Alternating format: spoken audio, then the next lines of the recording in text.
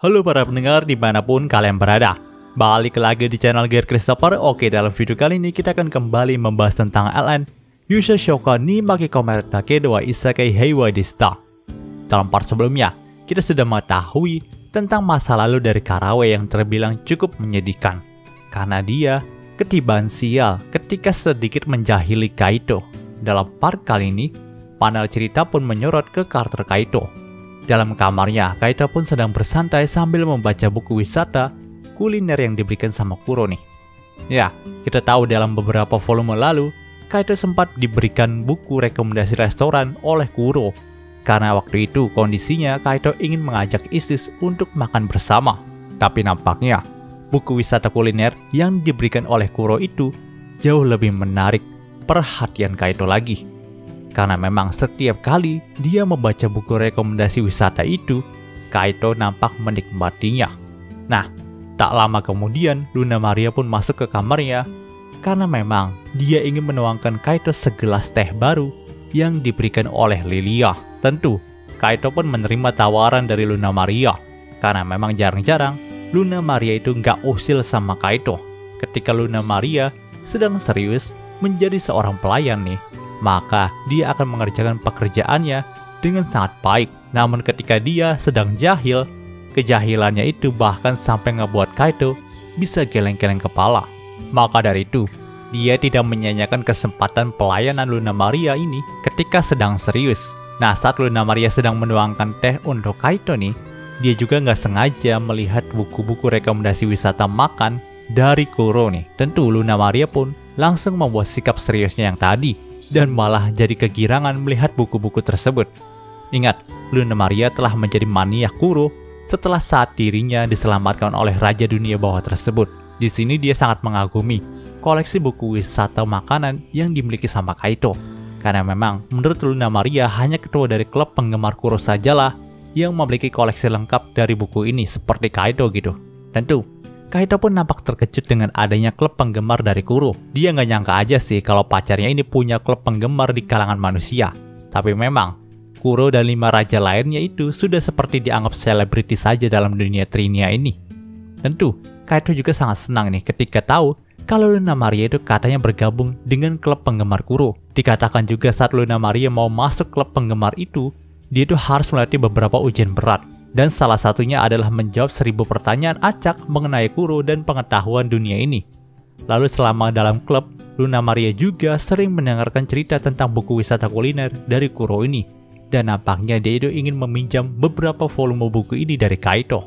Melihat sikap Luna Maria yang sudah seperti itu, mana mungkin Kaito tidak meminjamkannya.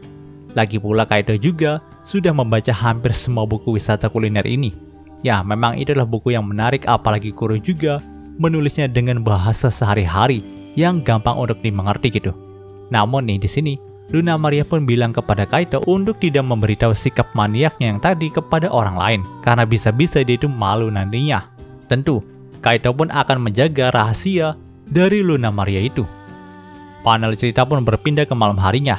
Pada saat itu, Illness baru saja selesai melakukan pekerjaan hariannya. Namun tidak ada waktu istirahat bagi dirinya. Karena memang dia itu harus menjaga mansion ini juga di malam hari, melapisi pekerjaannya Zeke. Yaps, ingat, dia adalah kepala pelayan iblis dalam mansion Lilia. Dan karena dia iblis, dia tidak perlu tidur ataupun makan. Memang, itu terkesan seperti penyiksaan jika dilakukan oleh seorang manusia. Namun lain halnya dengan Illness, karena sekarang ini dia sangat menyukai pekerjaannya yang satu ini. Dia pun terus menyusuri lorong dari mansion Lilia dan melihat ke arah sekitar. Namun tepat saat itu, dia pun merasakan energi sihir kuat lalu masuk ke dalam sebuah kamar kosong di mansion tersebut.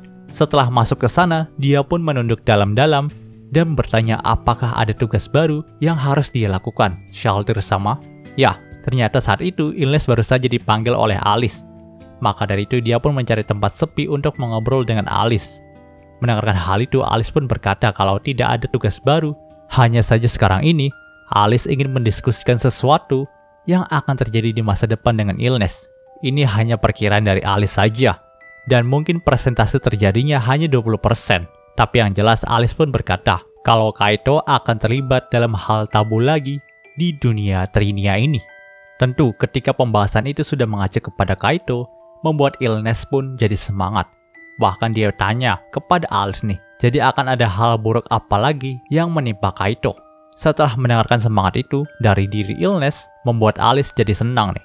Dia pun berkata kalau Kaito itu benar-benar dicintai oleh banyak orang ya di dunia ini.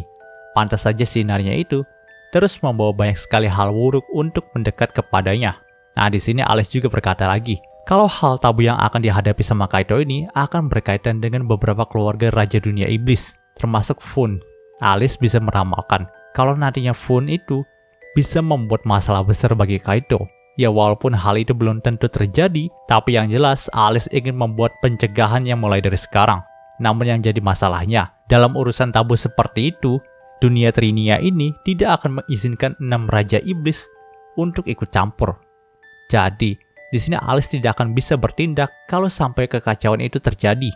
Maka dari itu, dia ingin sekali menyerahkan masalah kali ini kepada Illness. Karena memang hanya Illness sajalah bawahan eksekutif dari Alice yang belum dikenali publik. Jabatan Illness sebagai salah satu 10 eksekutif raja tanpa wajah itu hanya diketahui segerindil pihak saja. Maka dari itu, jika ada aturan yang mewajibkan para raja alam iblis dan bawahannya tidak ikut campur, Illness akan menjadi kandidat yang pas untuk menjadi penolong Kaito dalam masalah ini. Tapi sekarang yang jadi permasalahannya, mampukah Illness menang melawan Fun nantinya? Sebenarnya Alice sendiri nggak bermaksud untuk meremehkan kekuatan Illness. Dia tahu kalau Illness merupakan salah satu counter yang terkuat yang masih hidup. Tapi sayangnya energi sihir yang dimiliki sama Illness itu sangatlah sedikit, bahkan lebih sedikit daripada peringkat Viscount. Itu adalah bawaan lahir dari Illness sendiri. Jadi apakah Illness bisa menang melawan Fun yang memiliki energi sihir besar dan sangat berpengalaman dalam bertarung atau tidak gitu? Pasalnya Fun sendiri adalah salah satu iblis pertama yang dijadikan sebagai keluarganya Kuro. Jadi kekuatannya itu nggak bisa dianggap remeh. Kita tahu juga kan kalau Neon atau Hikari aja nggak bisa ngalahin Fun. Mendengarkan hal itu, Illness pun menjawab kalau dia akan menggunakan skillnya yang bernama Aegis untuk mengalahkan Fun. Tentu, hal itu membuat Alice cukup terkejut. Pasalnya memang itu adalah skill terhebat yang dimiliki sama Illness saat ini. Dan mungkin itu bisa menjadi counter bagi skill yang dimiliki sama Fun. Tapi setahu Alice, bila Illness menggunakan skill itu selama berturut-turut, maka dia baru bisa menggunakannya lagi dalam 5.000 tahun ke depan. Mungkin skill itu juga bisa mengurangi masa hidup dari Illness sendiri. Tapi nampaknya Illness tidak peduli dengan hal itu. Karena bagi dirinya sekarang, keselamatan Kaito adalah yang terutama. Tentu, Alice pun sedikit tersenyum ketika mendengar jawaban dari Illness. Pasalnya sejak saat 5.000 tahun yang lalu dirinya bertemu Illness, baru kali ini Illness itu ingin melakukan sesuatu yang sesuai kehendaknya sendiri. Dan memang sih, itu didasari cinta atas Kaito. Tapi ya Alice cukup senang, karena nih selama menjadi bawahan Alice, Illness itu terlihat kosong dan hanya menjalani perintah dari Alice saja, bagaikan boneka. Dia tidak memiliki keinginan sendiri. Namun sekarang wajah Illness jauh lebih hidup daripada yang dulu. Dan sebagai tuannya, Alice merasa senang bila Illness akhirnya menemukan seseorang yang bisa mengubah dirinya jauh lebih baik. Nah, setelah menyusun beberapa rencana dengan Illness, akhirnya Alice pun pergi dari sana. Tepat saat itu juga Illness pun menuju kamar dari Kaito nih, dan mengelus kepala dari Kaito. Dia juga berharap kalau Kaito memiliki masa depan yang cerah. Karena itu jugalah Illness akan selalu menjaga Kaito. Dia sangat mencintai Kaito. Nah, secara mengejutkan juga, Illness pun sedikit mencium kening dari Kaito. Tanda akan ketulusan cintanya. Walaupun Kaito tidak melihatnya sebagai sosok wanita yang patut dicintai, hal itu tidak menjadi masalah bagi Illness. Karena yang dia inginkan adalah kebahagiaan dari Kaito sendiri. Setelah itu, Illness pun melanjutkan pekerjaannya lagi dengan menyusuri lorong dari Mansion Lilia. Panel cerita pun berpindah ke sebuah monolog penyelidikan Alice dalam dunia Trinia. Monolog itu bercerita tentang sebuah kejanggalan dari pemanggilan pahlawan ke dunia Trinia ini, terutama kejanggalan kepada pemanggilan Kaito. Kita tahu, dalam dunia Trinia ada sebuah lingkaran sihir pemanggil pahlawan manusia yang katanya diciptakan oleh Shallow Vernal sendiri. Tentu, sihir pemanggilan pahlawan manusia bukanlah sihir sepele. Tapi kenapa Shallow Vernal membuat lingkaran sihir seperti itu? Bukankah para dewa dulu tidak terlalu tertarik kepada manusia?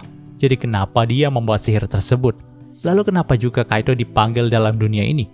Bukankah yang menjadi pahlawan adalah Matsunaga Seigi? Tapi kenapa dia juga ikut terteleport dalam dunia ini? Itulah yang masih janggal menurut Alice. Di sini, Alice juga menulis kalau dia mencurigai ada makhluk lain yang setara dengan Kuromoina juga Shallow Vernal, dan makhluk itu ikut andil dalam pemanggilan Kaito ke dunia ini. Sosok yang mungkin memang merindukan keberadaan dari Kaito untuk ada di sisinya. Seseorang yang memiliki kemampuan melihat masa depan melebihi Shallow Vernal sang singularitas. Dan cerita di part ini pun berakhir. Oke, mungkin itu pembahasan singkat untuk Yusha Shokan-nya kali ini. Jika kalian suka video ini, jangan lupa untuk like, komen, dan juga subscribe dan juga share agar gue lebih semangat lagi dalam membuat video dalam channel ini. Terima kasih telah mendengarkan sampai detik ini. Gue Gary Christopher, signing off.